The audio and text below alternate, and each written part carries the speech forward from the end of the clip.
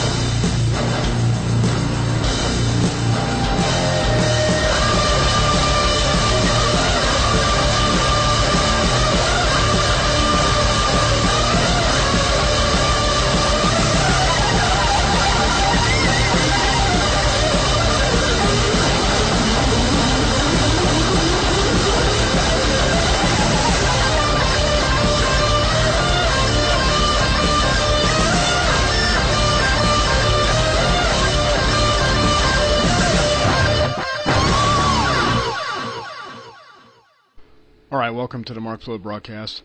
Remember, yesterday we were talking about religion versus reality, not God. Most people refer as in the know it's the God of order, consciousness, or creation force. Okay, we're talking about the religions itself. I don't want to go into too much time because what I want to do is give this broadcast. I want to give this broadcast of what actually this audio file that you got to hear. In the comments at the end, or the information at the end, I'm going to give the link to the actual video where you can actually see it yourself. There's two reasons why I'm using this. One, I have a sense of humor. Sometimes I like to do things for a belly laugh because laughter is the best medicine. It's really good. And this guy actually has a sick, twisted, warped sense of humor. That much is for sure. It's very sick and warped, and you'll see. Number two, he provides a lot of information, which he backs up. You go to his website, he'll be free to give you the links where you can research it yourself. That is if you got the balls. Remember this, the definition of Satanism itself is everything that does not have unconditional love for all humankind. I say again, Satanism is everything that does not have unconditional love for all humankind. You ridicule people, that's Satanism light, still Satanism. You beat somebody up for no apparent reason, that's Satanism, because it's not unconditional love. That's the difference between what is real God or creation force and consciousness and the religious point of view. Okay? So, Satanism is becoming the shunned. Nobody's taking comments anymore. Nobody's listening to Satanists because the ridicule is negativity and everybody throws it out. The reality of it is, we were talking about religions. Religions did murder. And that's what we were talking about yesterday. So on this subject, we already talked about the two things I'm putting this audio out there was sense of humor and facts. Before I play this information, I feel compelled, I'm going to have to warn you. The sense of humor that this guy had, and I did not create this video, this person, for some apparent reason, decided that somewhere, just when it starts to get interesting, wants to have a high scream for 8 seconds. Now, I warned you, it's coming. Let's see how many people actually listened and heard. The people that just heard it will probably jump when it happens. They knew it was there, I just warned you. But the ones that listened, it won't affect. Anyways, let's go to it right now.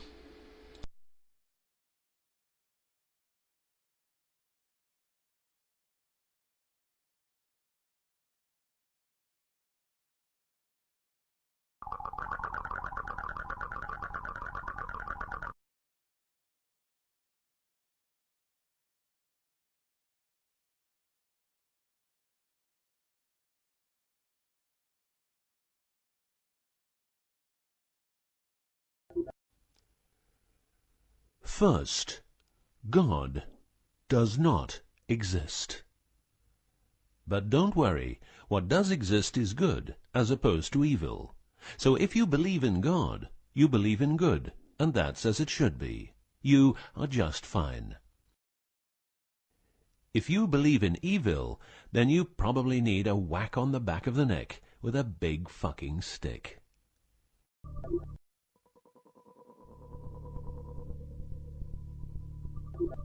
Around 5000 BC, we, Homo sapiens, were genetically modified by space aliens.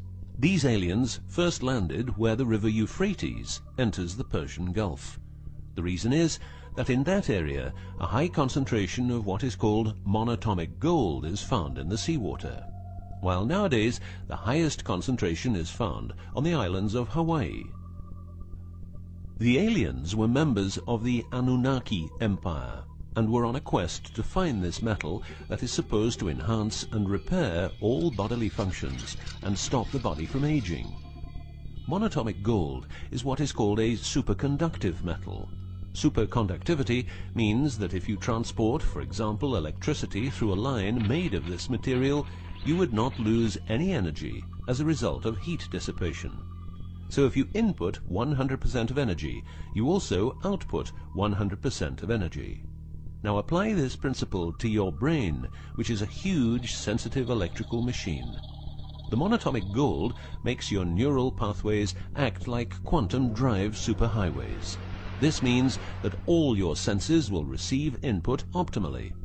In turn, these inputs will be processed optimally, and those parts of your brain you don't use will become more active, so enhancing your memory, making you better understand problems, allowing you to sense evil, detecting lies, becoming telepathic, and even being able to time travel in your mind by seeing the past or the future.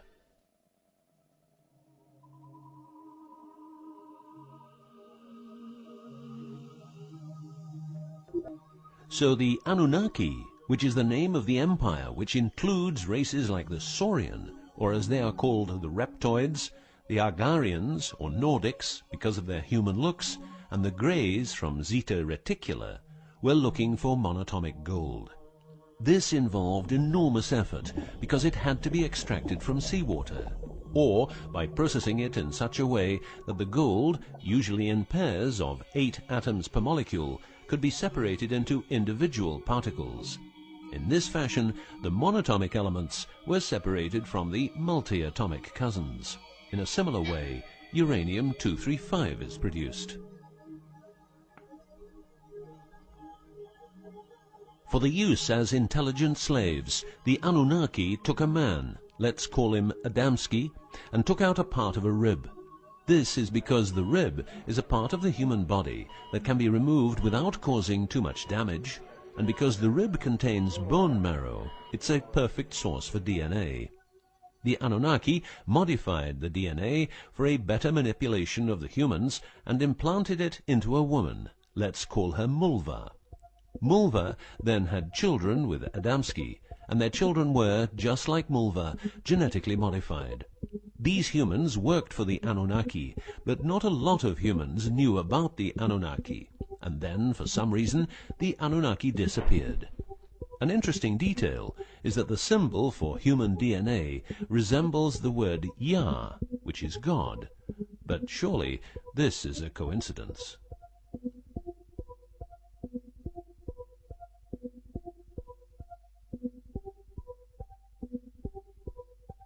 Now, some humans received part of the knowledge of the Anunnaki. The last known humans were the Jewish people who carried the Ark on their journey from Egypt to the Promised Land. Before them, the Ark was in the lands of the Sumerians, Babylonians, and Tibetans.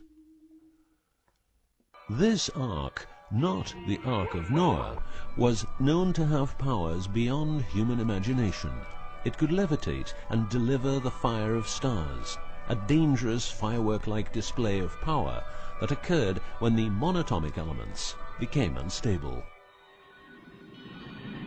To make them stable again, you needed to know certain secrets, and with those secrets you could preserve the Ark and thus its powers.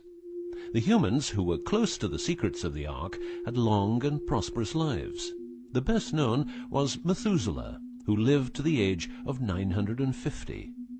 Wherever the Ark is, the culture thrives, and over the centuries it moved from Jerusalem to Rome to London, and is now supposed to be in the United States of America.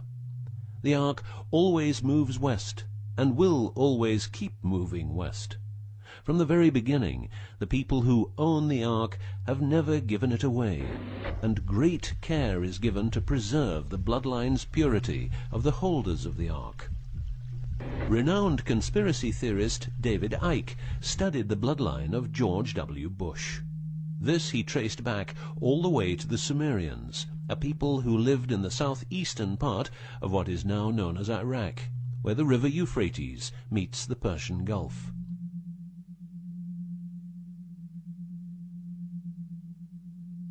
The secrets of the elements of the Ark, scientifically known as ORMs, orbitally rearranged monatomic elements, are nowadays hidden by secret societies that have control over society worldwide. The word ORM is the same as the Hebrew word which means the tree of life. ORMs consist of 8 metals. These 8 metals are ruthenium, rhodium, palladium, and silver, known as the light platinum group, and osmium, iridium, platinum, and gold, known as the heavy platinum group. Gestation of these metals in monatomic form prolongs life and enhances and repairs bodily functions. By following what is called a wide-spectrum diet, we can provide our bodies with monatomic superconductive elements. In other words, by eating a lot of grapes, carrots, all blue and dark red fruit and vegetables, and also much other fruit, vegetables, and fish.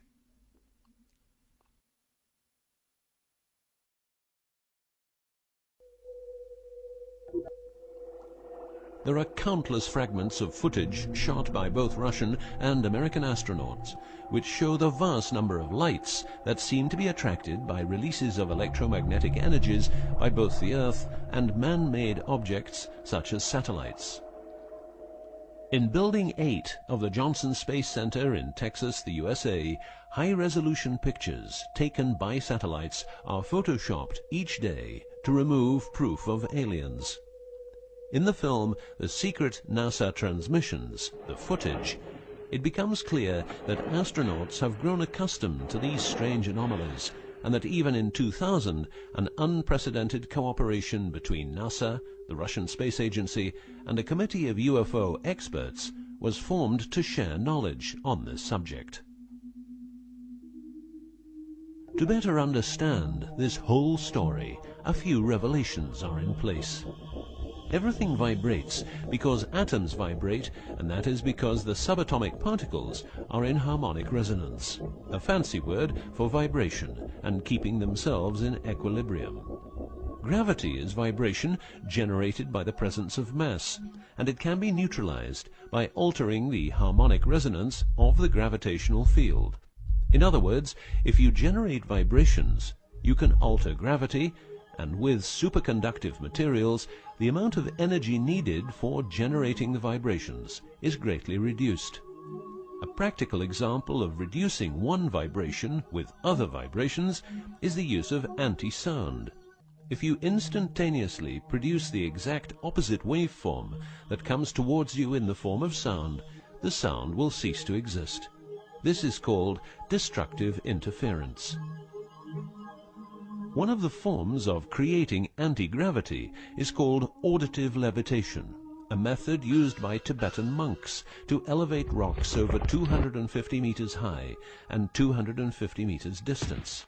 By arranging drums and trumpets extremely precisely, together with some 100 men chanting, all arranged in a precise manner, the monks, after about 5 minutes, could levitate a rock weighing a ton and place it exactly where they wanted it. Theorists around the world theorized that huge monuments like those of the Egyptians and Mayan people were built this way.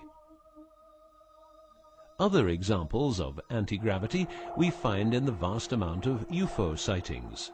These UFO sightings are actually experiments run by governments in their search for anti-gravity propulsion. So, if the technique is known, why don't we all transport using anti-gravity?